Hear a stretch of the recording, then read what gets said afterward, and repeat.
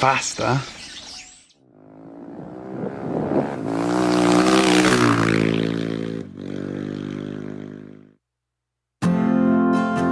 Last time on Races to Places, Lyndon and Basil sadly had to make a U-turn.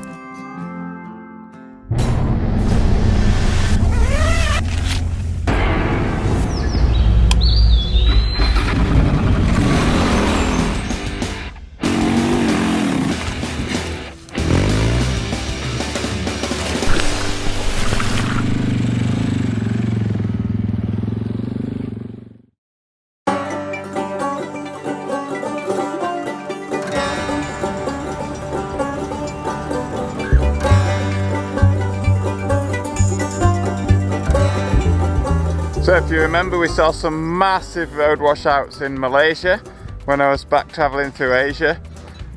Just came across this huge one here. I mean, so that's the road. And just look behind us. There's the road. And the road in the distance there. You can see the old pipework that was there completely washed away. And if we just walk over here and look over there, look at the size of that hole. So yesterday I got off to a pretty rough start when I was leaving Quito to head to the Jimbi Bridge border crossing in the northwest of Angola. I was actually stopped and arrested by the immigration police for not checking into the town. They took my passport, that was a worry. It took me 2 hours to figure all of that out. I eventually figured all that out and got on the road, and then when I got on the road to head over to Jimbi Crossing, it's about 900 kilometers away. After about 100 kilometers the road started getting really bad, and it was like wet clay, lots of water holes. With it being the rain season, it was very difficult to cross, very slow going, first and second gear. And also the remoteness of it, there's no known fuel stations, you have to buy fuel from the locals.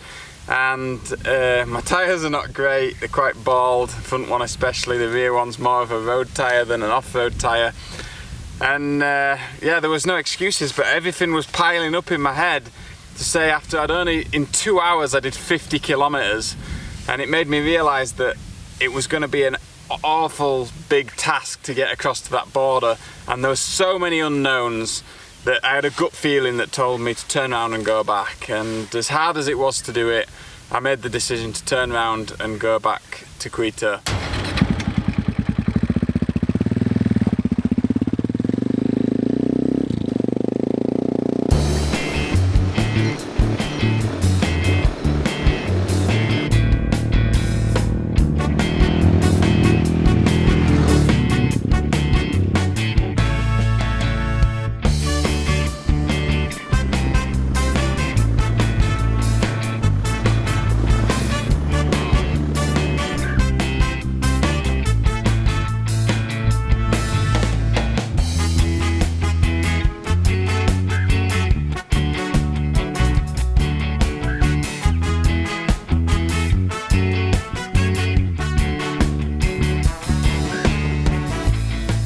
Hello, how are you?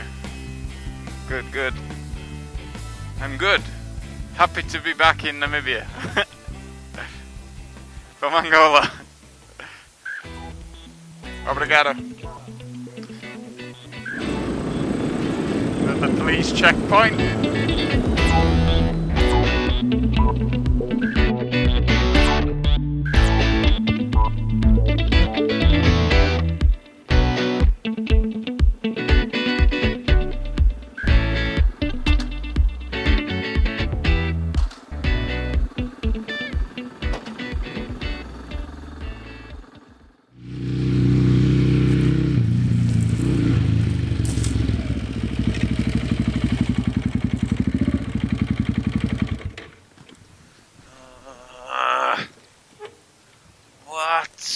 This is a sad, sad moment for poor Basil. His front rim has taken a big hit and split. Hopefully the boys can limp to a place where the spare wheel can be found.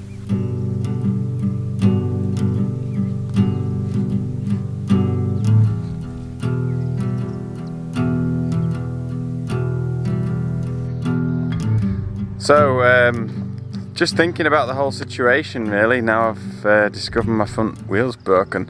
A couple of days ago I was in a remote area and I was trying to make a decision whether to turn around or not, and you know, was it because there were landmines in that area? Was it because there was no certainty about fuel, or was it because the rain could come and maybe it's washed the road away and I can't get through and then don't have enough fuel to get back?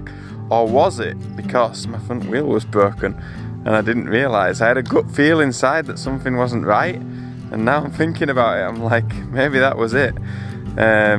Because when I got on the highway yesterday morning to start to head south, well, not really highway but Angolian highway, which is a dirt road, I felt a lot more vibration than usual, and maybe that was because my front wheel was broken. So anyway, front wheel's broken, need to make a plan.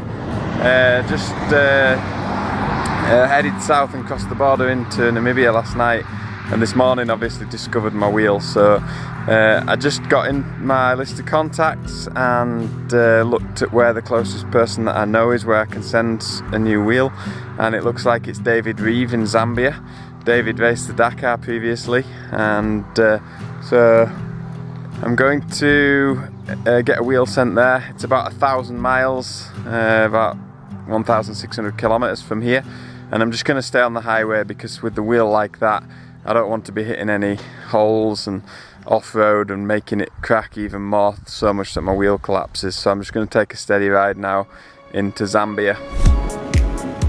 Well, listening to that, gut instinct has paid off, son. Just imagine if you'd carried on down the desolate road and the wheel had totally collapsed.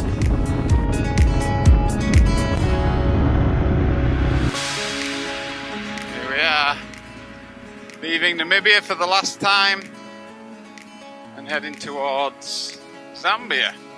For the first time on the bike, but not the first time in total.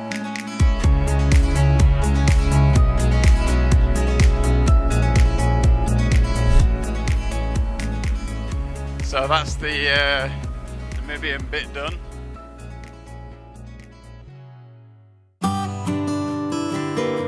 It seems like border crossing after border crossing after border crossing lately. Just about to head into Zambia from Namibia, and then it's about 200 kilometers to Livingstone, and then tomorrow about another 400 or 500 kilometers to Lusaka. Front wheel's holding out okay, just filled up with fuel, just going to go to the border. Another set of border shenanigans. From here you're going where? From here I'm going to Zambia. Zambia? Yeah.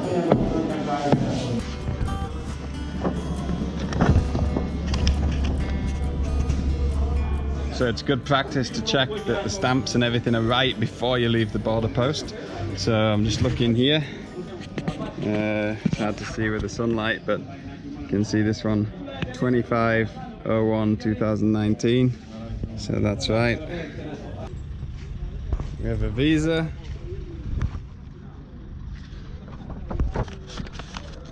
And a carnet. And a receipt for 140 local currency for some emissions, because my bike is less than 1150 cc. So it wasn't as easy as what I thought. When you tried to leave, they informed me that I need to pay emissions, I need to pay road fund, license, and I need mandatory insurance. So I didn't have any money, so I had to change with these local guys. Managed to get on my phone, thankfully, so I could check the rate, otherwise I would have got totally screwed. So managed to check the rate, got a good exchange rate, changed some money, went in, got the insurance, road tax, and paid the emissions duty, and now I'm finally ready to go. Look, these are the guys I changed the money with. Look, Yeah, we how are the much one. money you have? This one maybe is, You are loaded, yeah? yeah, it's 15,000 together with the 1,000 US dollar. 15,000 US dollars. No, 15,000 local. Kwacha. Yeah. Got some money there. Alright. Welcome. Those boys look like big hitters when it comes to cash.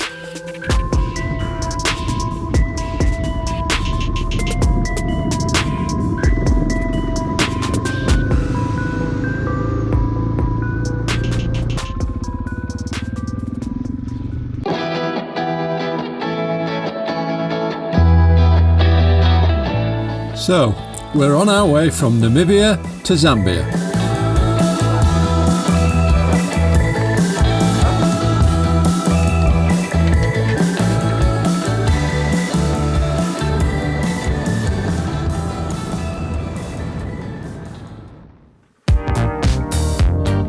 Today we're visiting somewhere different on Races to Places, a crocodile farm.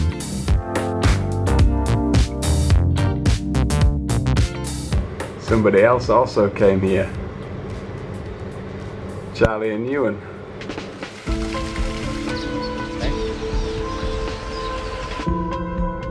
So I just had been in Livingstone, Zambia for just a few hours, and I got contacted by a guy here who owns a crocodile farm.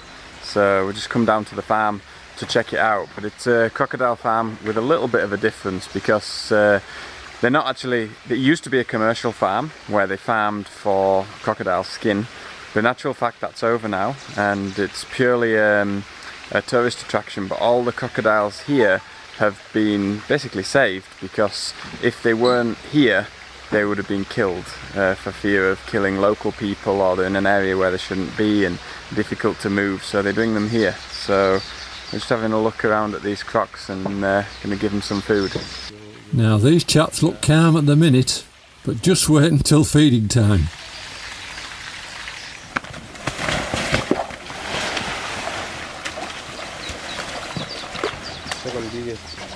Oh, he's a big boy, yeah? Yeah, his name is Mangana. Now this croc is definitely using his size to make sure he gets fed.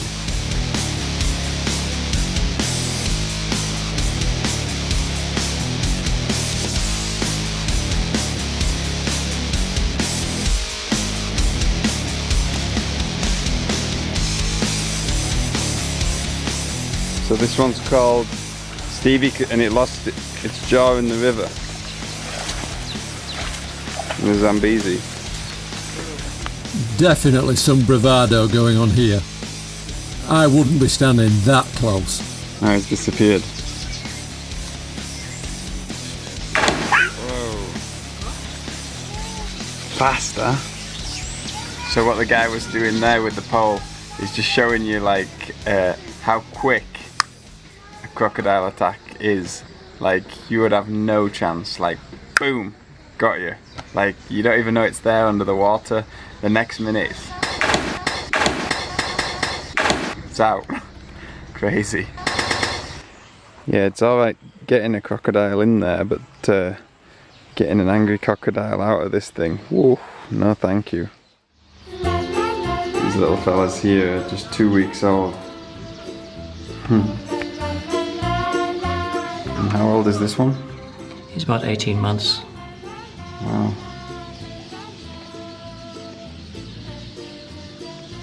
Yeah, you still wouldn't want to get your finger in there. Oh, and he's not going to let go either. No, just clamp on. Yeah. Wow. This is a black mamba. Possibly one of the most dangerous animals in the world. And certainly one of the most venomous snakes. We'll leave him alone.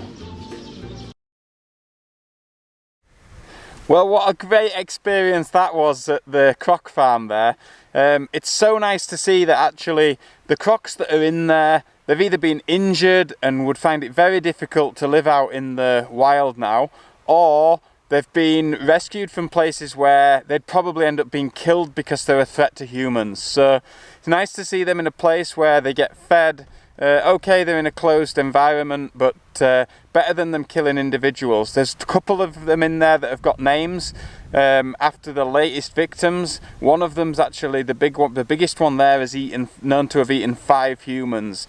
So super nice experience. I also learned a lot about crocodiles. I didn't realise that a fully grown croc can stay underwater and hold its breath effectively underwater, close everything down for 45 minutes.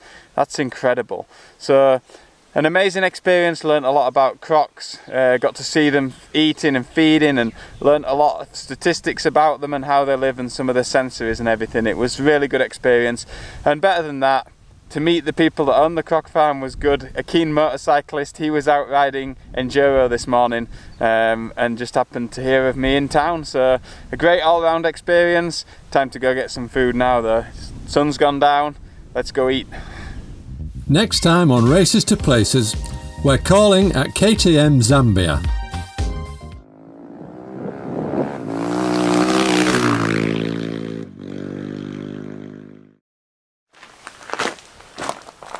Hi everyone, I just want to say a massive thank you to you all for watching my media and for all the great comments that I receive every single day. Please keep them coming.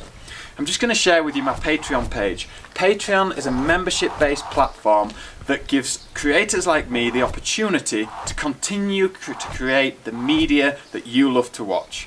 For just a few dollars a month, I can give you priority viewing, I can give you special features, informative posts about the things that you want to know. It creates a platform for interaction between you, the viewer, and me, the creator.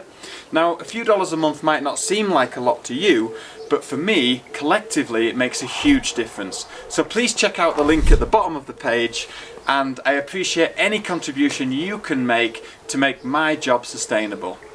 In return for that, I promise to keep creating great media that you love, dreaming up new projects, filming it and sharing it with you all. Thanks.